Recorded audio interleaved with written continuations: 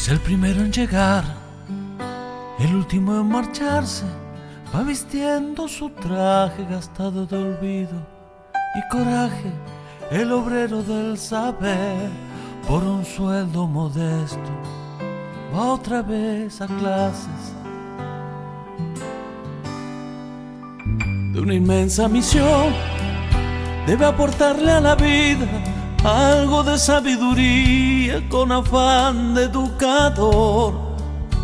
Es el formador del futuro presidente, de un político decente, de un artista o un doctor. ¡Qué grande tu vida, mi maestro! ¡Qué grande es tu grata ocupación!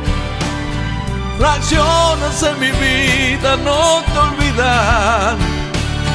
¡Qué grande tú sí, maestro! Bendita con esta vocación. Tu acción, tu lucha y tu nobleza no se olvidarán jamás. Me enseñaste más palabras que mi padre, amar el suelo y el lugar donde nací. Confidente de ese niño algo inocente, tan presente en mi modo de vivir.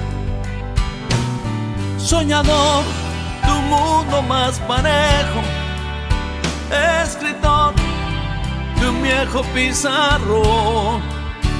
Algo duro por momentos, comprensivo y algo atento. Me enseñaste que yo puedo ser mejor. ¡Qué grande tu vida, mi maestro! ¡Qué grande es tu grata ocupación! Fracciones en mi vida no te olvidan. ¡Qué grande tú sí, maestro! Bendita con esta vocación.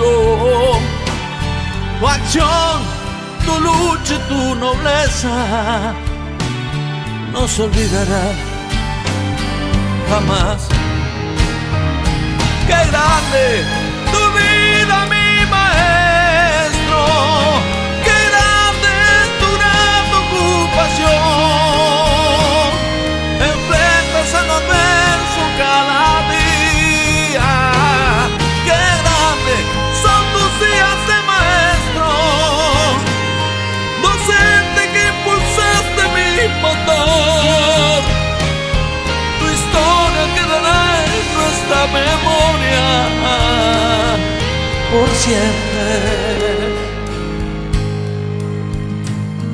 Enseñas a un futuro presidente, a un artista, un soldado o un doctor, incluso al que canta esta canción.